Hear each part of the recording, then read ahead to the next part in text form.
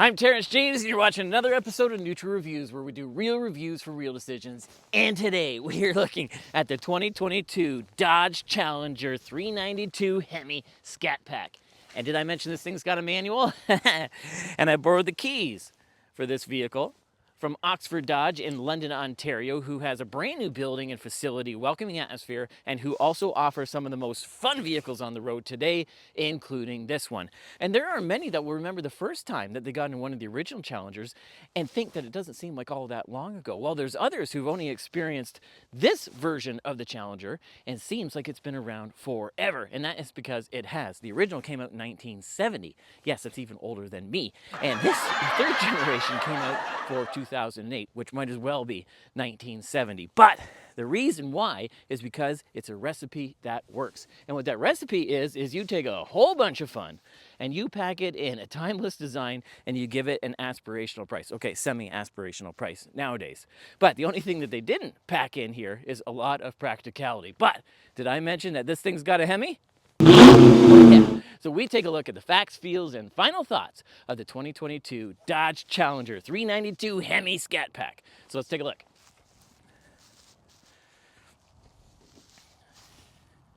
And Dodge uses their 6.4 liter, 392 cubic inch HEMI pushrod V8, which is capable of producing 485 horsepower and 475 pound-feet of torque, and which is capable of rocketing this 4,400 pound modern muscle car from 0 to 60 in around 4.2 seconds. And you're looking at around 12, high 12s in the quarter mile and around a little over 170 miles an hour for your top speed, which is pretty good. You're looking at a 70 liter gas take on this, and not the best fuel economy. You're looking around 18 miles per gallon combined, but again, you've got a big monstrous V8 here that is packed full of fun, so you're not going to get the best fuel economy out of it. Now, all that power has to run through a transmission, and as we said, it has the TREMEC 6-speed manual transmission in this. Thank you, Dodge, for keeping the enthusiasts alive, the enthusiast cars. That's wonderful. And all that power keeps going through the rear wheel drive, which does have a limited slip differential to help put down that power. Now you got to steer, so it uses rack and pinion steering, power assisted nowadays, of course, and it steers these beautiful 20-inch wheels, aluminum wheels on here, and it has two 45 P0 tires on here, which work really well, and you got to stop. So it's got 6-piston Brembo brakes up front, which are absolutely enormous. And you've got, I don't know, I want to say 4 maybe in the back. It looks very similar to the Durango that we just did. Big anyway. And you got 13.8 and I believe 14.2 inch vented discs up front, something like that. Anyway, tons and tons of braking power is the main thing. And when we talk about suspension, well, it uses double wishbone on the front and multi-link on the rear. So, you know, big difference from the muscle cars of old. Still not the claim to fame for this handling, but it does have a good suspension set up that way. And again, with the Scat Pack, you're going to get a lot more performance in that suspension as well. In the tuning, it does have Bilstein dampers as well. And when we're talking about braking power, which we forgot to mention, you're looking at about 151 feet from 70 miles an hour, which again is pretty good for a big, heavy, sporty vehicle like this. And when we're talking about platform, it uses the LA platform that Dodge uses for its rear-wheel drive vehicles like this, front engine configuration. And when we talk about that, of course, engine up front. So you're going to be about 55-45 weight distribution, which is going to give you a little bit more fun in the tail and be a little bit more muscle car, if you will. And you're looking at just a tiny bit over a 116-inch wheelbase, which again is a decent size for a vehicle like this. It's pretty quiet on the highway. Again, for a vehicle like this, you're about 72 decibels, and not the most efficient through the air, a 0.39, so a big old brick for your drag coefficient. And also you're looking here at on the skid pad, 300-foot skid pad, you're looking at about 0.93. So again, not the best for a vehicle like this, but still pretty good. So, and when we talk about towing, well, I don't believe that Dodge recommends attaching any active urban lifestyles to the back of your Dodge Challenger 392s. And next is our exhaust test, because I see 2 giant real exhausts. So let's see how they sound.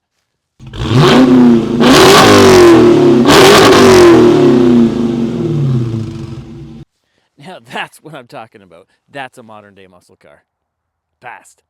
Okay, let's talk cargo in our Challenger Scat Pack. So as you can see, big, huge, mafia-worthy trunk back here, lots and lots of space. You're actually looking at about 16 cubic feet worth of space, which doesn't sound like a lot, but on a car like this, it absolutely is a ton. And just to give you an idea of perspective, that Dodge Durango that we did last week with the third row up was about the same cubic feet worth of space. So also back here, 60-40 split. So we can do our first test. All right, so first is our Canadian cargo test, because you never know when a game of road hockey is going to break out in Canada, and you always want to be prepared. So here we go. So as you can see, unfortunately, I think you got to fold these seats down from the inside, so it's a bit of a pain, but when they're down, plenty of space. Voila! I can fit my hockey skates, stick, bag, probably friends as well, and all kinds of stuff. So, pass. All right, now that we've gone through the cargo and see that there is a little bit of practicality back here, let's see how practical the back seats are. Let's take a look. All right, next, let's see if we can get in the back of this thing. All right, so we got a little handle here to put it forward, and we got to use the power seats, which are nice, except if you got to get people in the back. Not in a hurry, I guess. And as you can see, you got to be careful. This door opens up quite a ways, so you don't want to bang it into anybody. So here we go. Actually, that's about 1,000,000 times better than my BRZ. So still, you got to be a little spry to get back here, but actually not too bad at all. So when I sit back here, as you can see, fair amount of space as far as leg room goes.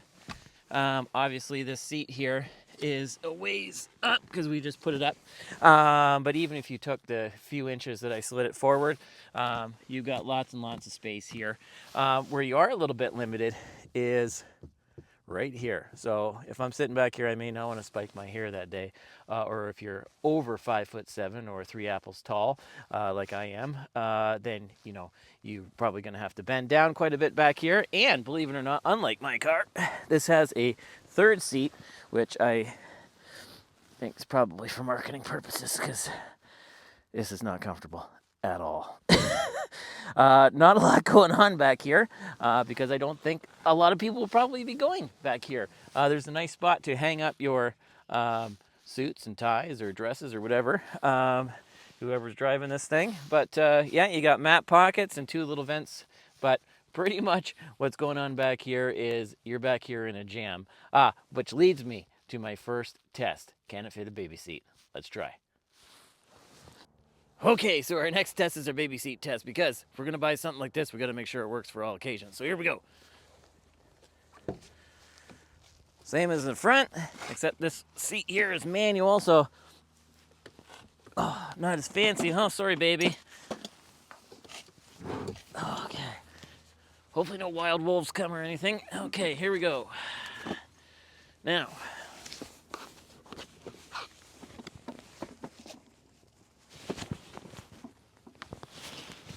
I guess you don't have the baby in the seat when you put it in. Well, that's good. Voila! We can take our baby with us. Okay, and we're in the front of our Dodge Challenger Scat Pack here. We'll start with the steering wheel. We got this SRT-worthy type steering wheel here, chunky, perforated. It is actually heated as well, which is nice. Flat bottom, so very sporty. It is electronic tilting and telescoping. I got that backwards with my buttons, but it's nice. Works really good. And when we talk about that with the movement of the steering wheel, it goes in coordination with these seats. So these seats are quite nice. They're quite chunky. They remind me of a Dodge. They're bolstered quite well. They're sporty looking, but they're also kind of like a nice warm couch too. They're very, very comfortable, firm but comfortable. They're heated and ventilated, which is really, really nice. But one of the downsides to them is they don't go down far enough, in the sense of I would really like a more sporty driving position in this, but it's a muscle car. So, we're not sitting in the bottom of a Ferrari here or something. So I think the seating position is probably good. Pedals are nice straight in front of you. That's good. And we got the third pedal, which also means we got this manual TREMEC 6-speed shifter here, which works really good. Now, the only downside to this shifter, and there's no such thing as a downside to this shifter, is it's going to be in the way of your water bottle. So this leads me to my first interior test. Real water bottles for real people. So here we go. Okay, we're gonna do our first interior test here, which is real water bottles for real people. So we got a chunky one and a skinny mini one, and here we go. We're gonna try this one here. So as you can see, the chunky one does not really fit. If it doesn't have a lid, you're gonna probably wear this thing, especially when you're moving, like this car will do. Let's try the doors. Okay, yep, skinny mini fits okay, and the chunky one. All right, you put the chunky ones in the door.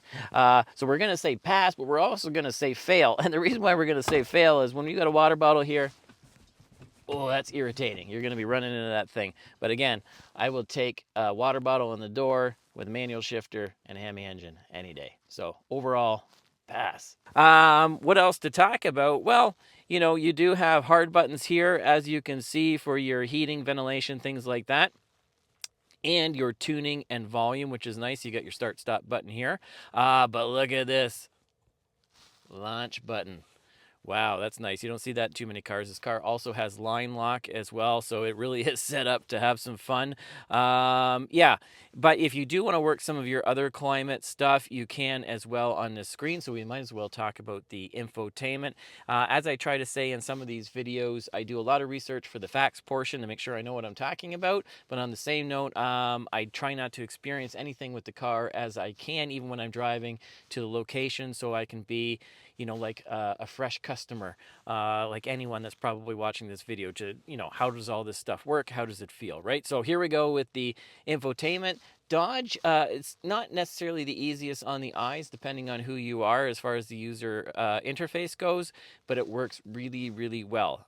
Crisp, clear, fairly intuitive. It's one of the better ones out there on the market for sure. You have your XM radio, SXM radio. Again, it's probably a paid service.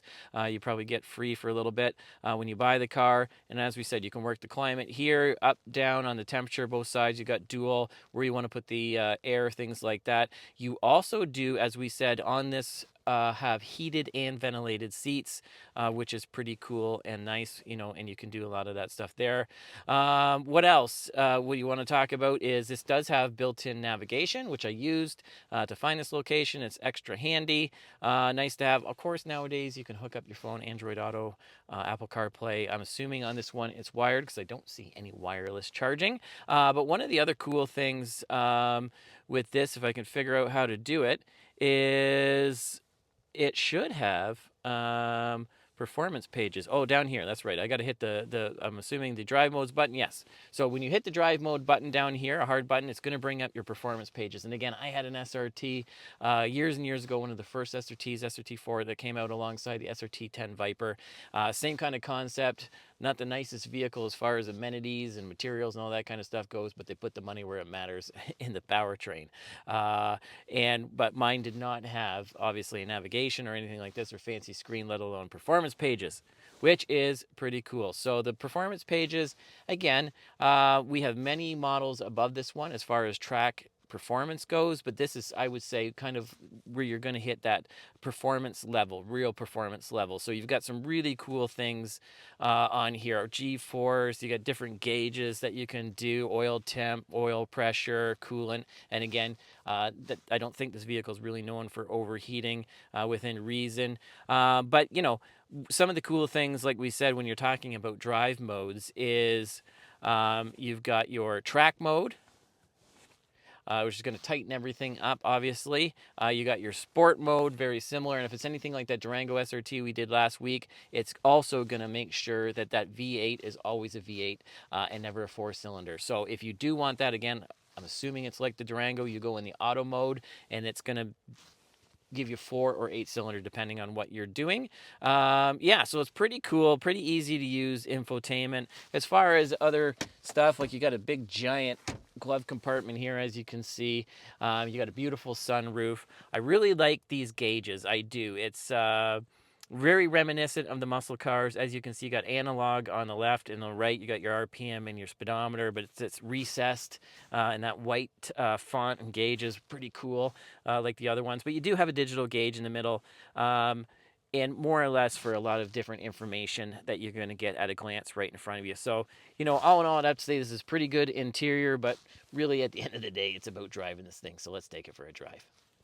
Okay, we're going to do our traffic light Grand Prix acceleration test. We're not going to do a clutch dump or a full launch or anything like that because it's a brand new vehicle and it is awesome and saleable. But we just want to see how quick this is on a normal stoplight, and then we're going to jam on the brakes because, you know, we got to rush up to that stoplight just to hammer on the brakes. So here we go.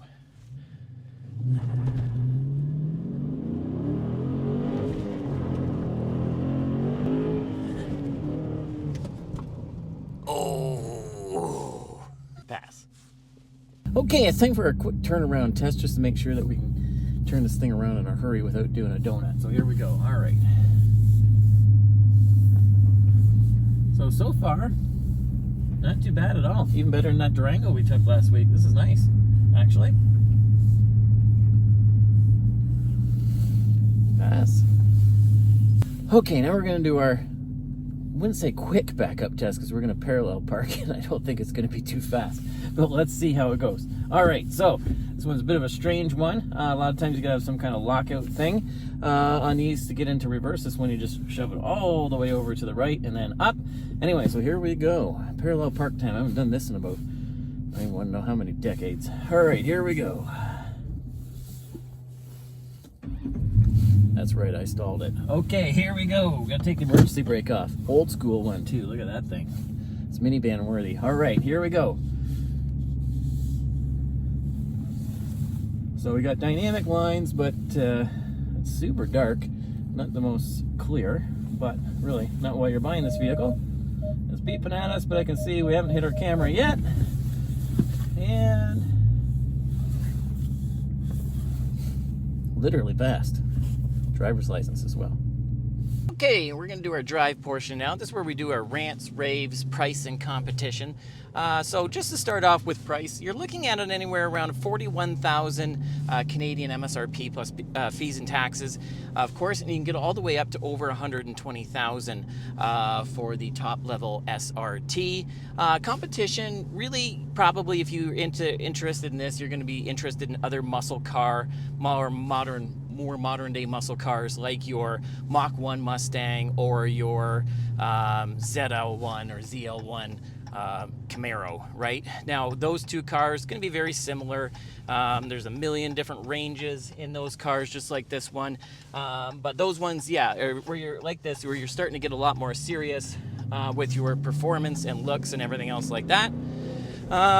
Yeah, but those cars are probably going to handle a little bit better, where this one's more known for its brute force and the straight line and things like that, and the nice HEMI sound, of course. But yeah, and when we talk about rants and raves, really I don't have a lot to rant about in this. I mean, yeah, it's not super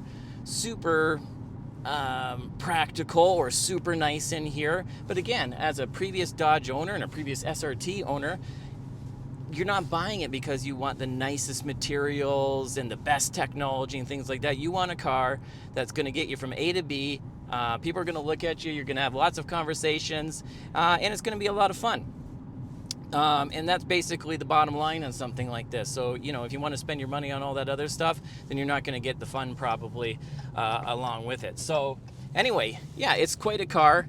As far as the raves, yeah, it's great. It's tons of fun to sit in here. I wish you sat a little bit lower, but it's a muscle car, right? The shift's really nice. The shaker hood is super cool.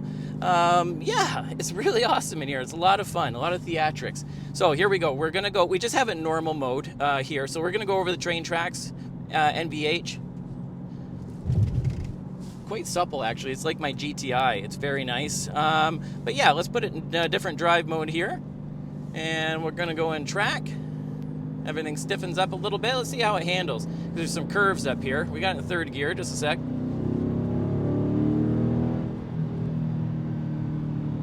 So it goes around really nice, really smooth, really controlled. You know, we'll put it in a lower gear so it sounds a little bit nicer. Put it up in fifth. So the RPMs drop quite low. Here's a little bit of a rumble, but I want to hear that. That's why I would have a vehicle like this. Okay, so drop it down. Okay, so we got another corner coming up here. Just give you an idea how it handles.